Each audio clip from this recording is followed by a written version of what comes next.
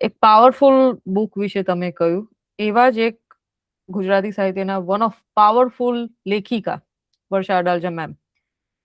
એમની બુક્સ વરસાદ પડતો હોય તો તમને ભજીયા યાદ આવે, કે અમુક ટાઈમે અમુક રાઈડની અંદર તમને પુરાની હિન્દી ફિલ્મ સોંગ્સ જ યાદ આવે, એ કાઇન્ડની બુક. કે અમુક ટાઈમે તમને છે ને વર્ષા અડાલજાની બુક્સ જ ગમે. કેમ કે ક્લાસિક બુક્સ જે કહેવાય ને, કે તમે ગમે તેટલી વાર વાંચો કંટાળો નહીં, એવરી ટાઈમ તમને કંઈક નવું આપે, બસ આ એ ટાઈપની બુક કોઈ વાર થાય કે. એટલી સરસ નવલિકાનું કલેક્શન છે, એની અંદર બધી શોર્ટ સ્ટોરીઝ છે. પણ ખરેખરમાં જ્યારે તમે અમુક ફેઝથી જતા હો, જ્યારે તમે હાર્ડલી ટાઈમ ફાઇન્ડ કરી શકતા હો, તો તમને એમ થાય કે નવલિકા બેસ્ટ ઓપ્શન છે. કે તમે 2 વાર્તા વાંચશો, તમને કંઈક ફીલ કરાવશે, કંઈક સરસ ફીલ કરાવશે, કે કંઈક અલગ ફીલ કરાવશે, અને તમે વાંચીને સરસ ઊંઘી જશો.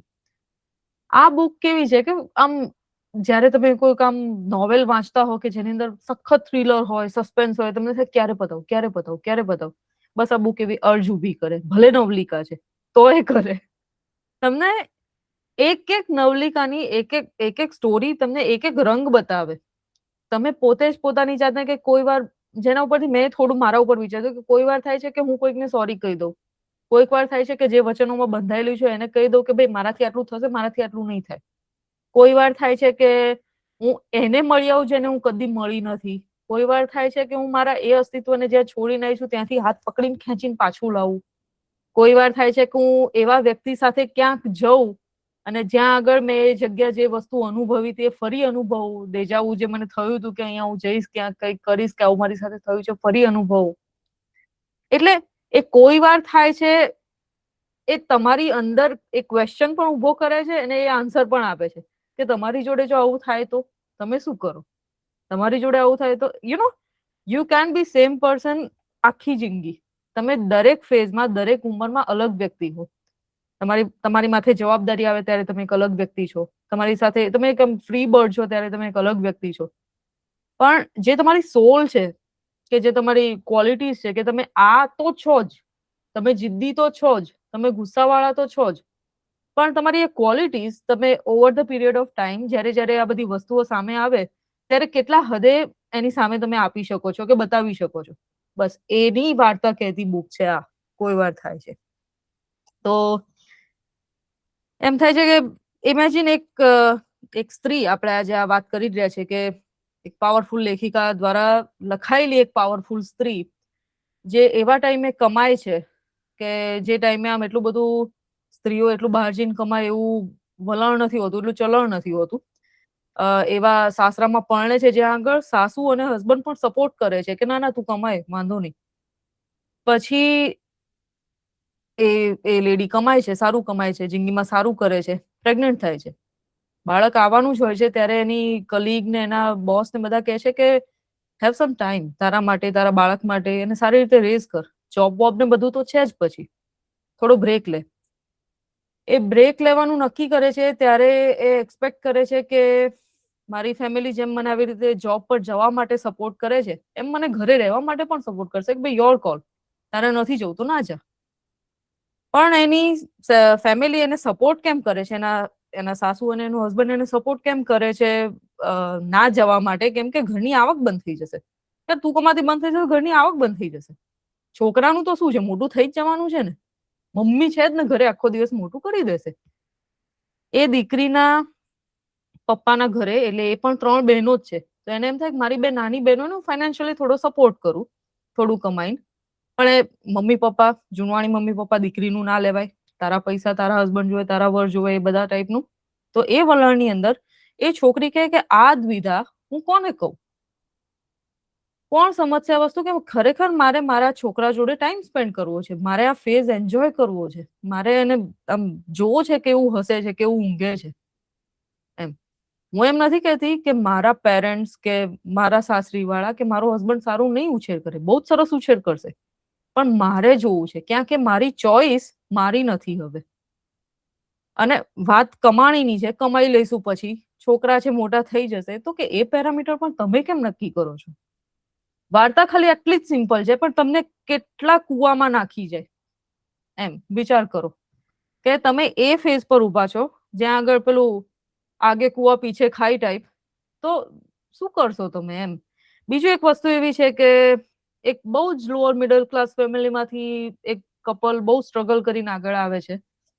અને એના જે પપ્પા હોય છે, સસરા હોય છે ઘરમાં મોભી, એમને વારસામાં ખાલી વેલ્યુઝ જ આપી છે કે તમે આપણા ફેમિલીના સંસ્કાર છે, આપણે નીતિમત્તા ફોલો કરીએ છીએ, આપણે કોઈનું હરામનું લેતા નથી, ખરાબ કરતા નથી. એ બધી વસ્તુઓ જ હું તમને આપી રહ્યો છું કેમ કે મારી પાસે એઝ સચ કઈ મિલકતો નથી તમને આપવા માટે. તો હું હોપ કરું કે વારસામાં તમે આને આગળ વધારો. અને એ છોકરો મુંબઈ શિફ્ટ થાય છે એની વાઈફ સાથે, મહેનત કરે છે, કમાય છે. એક દિવસે પોલીસ આવે છે. પોલીસ એને પકડીને લઈ જાય છે અને કહે છે કે તમારો હસબન્ડ તો અંડરવર્લ્ડ જોડે કોન્ટેક્ટ રાખે છે.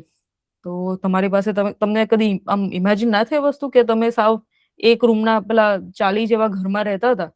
એમાંથી તમે 4 BHK મુંબઈમાં 4 BHK ફ્લેટમાં રહો છો. તમારા છોકરા મોંઘાદાટ ફોન વાપરે છે. લક્ઝરી વૈભવ ઘર, સોનું ચાંદી, તમને કશું જ વિચાર ના આવે? તો વાઈફ કે મારો હસબન્ડ મહેનત કરે છે. તો કે મહેનત કરતો હોય તોય તમે આ બધું અફોર્ડ કરી શકો એવું તો ના હોય ને. ઇવેન્ચ્યુઅલી ઘરમાં આવવું જોઈએ ને. બધું કેમ આવી ગયું? એ રાત્રે એ વાઈફને ઊંઘ ના આવી. સાવ આમ અધમુવા જેવી જ થઈ ગઈ. અને બીજા દિવસે સવારે જ્યારે એનો હસબન્ડ પોલીસ સ્ટેશનમાંથી પાછો આવે ત્યારે પૂછે આપણે આ બધું કઈ રીતે એફોર્ડ કરી શકે? તો એ કે પપ્પાના આશીર્વાદથી. તો કે પપ્પાના કયા આશીર્વાદથી? તો કે આપણે આટલી મહેનત કરી, આ કર્યું, તે કર્યું. કે તમે સાચું બોલો, તમારે કોન્ટેક્ટ છે બધા જોડે?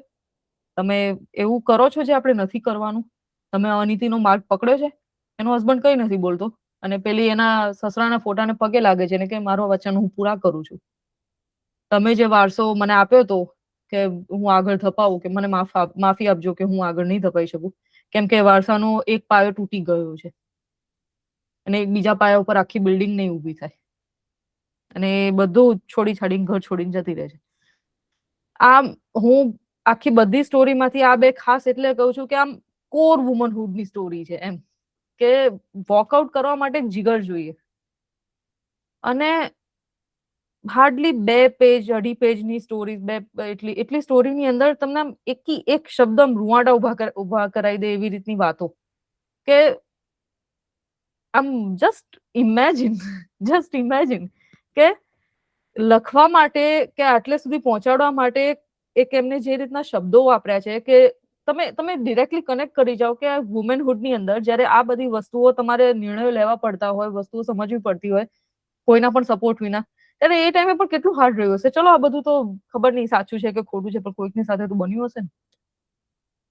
તો એક એક મેં હમણાં એક વસ્તુ વાંચી હતી કે આપણા ઇન્ડિયન બોલિવૂડના જેટલા પણ બધી ફિમેલ ડિરેક્ટર છે ને, બધીએ જે મેલ ડિસ્ક્રાઇબ કર્યા છે ને એમના મૂવીઝની અંદર, કે મેલ રિટન બાય ફિમેલ ડિરેક્ટર્સ, કે કંઈક અલગ લેવલના છે. પણ આમાં એક લેખિકા દ્વારા લખાયેલી લેડીઝ પણ એટલી જ પાવરફુલ છે. કે હશે પેટ્રિયાર્કીની અંદર એમને વોકઆઉટ કરવા માટે જે જીગર ઉઠાવ્યું, વાહ! આમ તમે આમ વાંચીને ઉઠો ને તો તમને આમ મજા આવે કે ખરેખર હતી એ ટાઈમે. ક્યારેક કદાચ 80s 90s લખાયેલી બધી વાર્તાઓ પણ હશે. એ ટાઈમે આવું કંઈક વિચારવું રિવોલ્યુશનરી, આવા પાત્રો કાગળ પર લાવવા, આપણને વિચારવા માટે મજબૂર કરવા, આ છે પાવરફુલ રાઇટિંગ. સો પ્રાઉડ થઈ જાય આમ સાહિત્ય વાંચીને, આવા લેખક વાંચીને, આવું સર્જન વાંચીને. બહુ ટાઈમ પછી ચાલુ કર્યું હતું કે વાંચવું છે, હવે રેગ્યુલરલી વાંચવું છે. અને ખાસું લેટ થઈ ગયું બધું પતાવવાની અંદર, પણ જ્યારે પણ પતાય ને ત્યારે હું એકદમ હેપી ફેસ સાથે ઊભી થઈ કે મને બહુ મજા આવી વાંચવાની. તો મારા માટે તો આ મસ્ટ રીડ છે. અને આ વરસાદમાં એક કપ ચા જેવો અનુભવ કરાવતી સંવેદનશીલ અને સરસ બુક વાંચીને બહુ મજા આવી ગઈ. ફરીથી વાંચીશ કોઈ વાર. અને હું રિકમેન્ડ કરું છું કે વાંચો બધા, પોતપોતાની રીતે જુઓ, બધા રંગ અલગ અલગ, મજા આવશે. ભાઈ મજા આવી. મને તો ઓલું વાક્ય બહુ ગમ્યું કે કોઈકને કહીને ત્યાં જઈને સોરી કહી દઉં, કોઈકને મળી આવું જેને નથી મળી. That was really good. That was really good. કેમ કે છે આપણા આ બધા રૂપો કે જે આપણે વિચારીએ છીએ કે આપણે નથી, પણ આપણે છીએ, એવાય છીએ આપણે. આપણે આપણે છીએ એક આપણે. હા આપણા પોતાના સ્ટીરિયોટાઇપ્સ માંથી આપણે બહાર આવી ગયા છીએ, પછી પાછા એમાં જતા રહીએ છીએ, પછી બીજા સ્ટીરિયોટાઇપ્સ ઊભા કરીએ છીએ. Definitely we are what we are. અને પેલી પરત બાજે ને, જેમ કઈ વાગ્યું હોય, ઘા પડ્યો હોય એની ઉપર પરત બાજે, ચામડી આવે, ચામડી રિકવર થાય, ડાઘ જતો રહે, પણ તમને ઘા યાદ હોય કે મને આ ટાઈમે વાગ્યું હતું, આ કરતા વાગ્યું હતું, આ કરતા વાગ્યું હતું. જિંદગીના અમુક કિસ્સાઓ એવા જ છે. મને આ કરતા થયું હતું, મને આ કરતા થયું હતું. પરત આવી ગઈ છે, ડાઘ દેખાતા નથી, પણ ઘા યાદ છે. ડેફિનેટલી. અને ઓલું તો છે જ જોબ વાળું બી, કે આપણે ઇન્ડિપેન્ડન્ટ સ્ત્રીઓની જે આપણે એમ કહીએ છીએ ને કે they are independent, but are they independent to live that independence? અને ડેફિનેટલી નો. કેમ કે એ અલગ જ વસ્તુ છે કે ભાઈ ઇન્ડિપેન્ડન્ટ બન્યા પછી ડિપેન્ડન્સી પર જવું બી બહુ ટફ છે. અને આપણે એને માનીએ છીએ ડિપેન્ડન્સી, પણ એ ડિપેન્ડન્સી હોતી બી નથી. આપણે પોતે જ પોતાની જાત ઉપર ડિપેન્ડન્ટ થઈ ગયા હોય એટલા બધા કે એને જવા જ નથી દેતા વસ્તુને. તકલીફ ત્યાં આગળ થવા માંડી છે કે આપણને બધું ઓકે લાગવા લાગ્યું છે. કોઈકે કઈ કીધું આમ નથી કરવાનું, ઓકે ચલો બરાબર, મારું આવું માનવું છે તો શું. હવે એ જે જીદ પર અડી રહેવાની વાત છે ને, કે જે પહેલા હતું કે હું તો કરવાની જ, એ હવે થોડું છૂટવા માંડ્યું છે એમ. અને આમ કેટલી પણ લોકોને હું ઓળખું છું, કેટલા પણ લોકો સાથે અમુક વાર અમુકના કિસ્સા સાંભળ્યા ત્યારે થાય કે મોસ્ટ ઓફ ધ વિમેનહુડની આપણે વાત કરીએ તો મોસ્ટ ઓફ ધ લેડીઝની અંદર આ જ વસ્તુ છે કે એમને કોઈકે કહી દીધું, કોઈ પણ એમના પેરેન્ટ્સ, ફ્રેન્ડ, ફેમિલી, ગમે તે, હસબન્ડ, કોઈ પણ કોઈએ કહી દીધું, ઓકે ઓકે ચાલ્યું.